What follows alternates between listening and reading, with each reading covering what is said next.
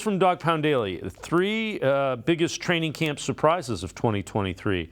So number 3 is Mahmoud Diabate, a linebacker. We'll talk about him in a minute. Number 2, just got done talking about him, Austin Watkins Jr., played in the USFL and kind of opened some eyes. And number 1, Dorian Thompson-Robinson. Diabate is another guy. Do you think Diabate finds his way onto the 53-man roster?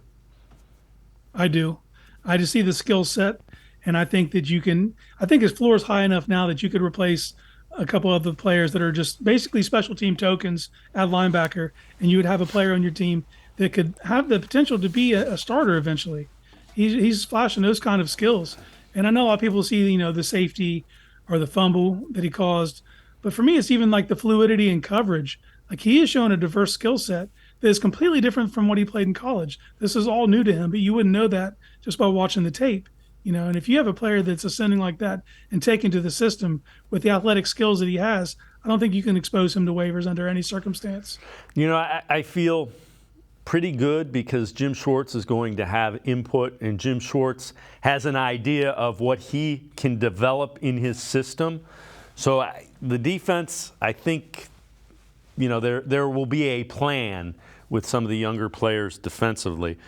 Dorian Thompson-Robinson, I'm not. I think he's the QB3. If you want to argue with me and tell me he should be QB2, I'll listen to it. I think they found their developmental quarterback. I think this guy can play in the NFL at some point. I wouldn't want to have him start games this year necessarily. And as a surprise, I get it. We shouldn't be too surprised. He had as much experience as one could possibly have in college. But I'll say this: what he was asked to do in college at UCLA is wildly different from what he's doing in the NFL, and he's progressing every time you see him. And I know a lot of people kind of default to how athletic he is, but it's more than that. It's his pre-snap and his post-snap recognition. It's his eyes. He's getting his eyes right, hitting the correct reads. Like, he's definitely shown you enough to understand that this is their long-term backup plan. They just don't know if the future starts now or if it starts later. And the more good he puts on tape, though, the more confidence they could have to put him on the field. I'm with you. I don't want to see any backup quarterback on the field.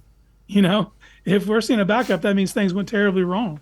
Yeah, the one thing, he makes decisions quickly, and most of the time they're the decision he should make. That he just looks like he belongs. I mean, that's the best way to say it.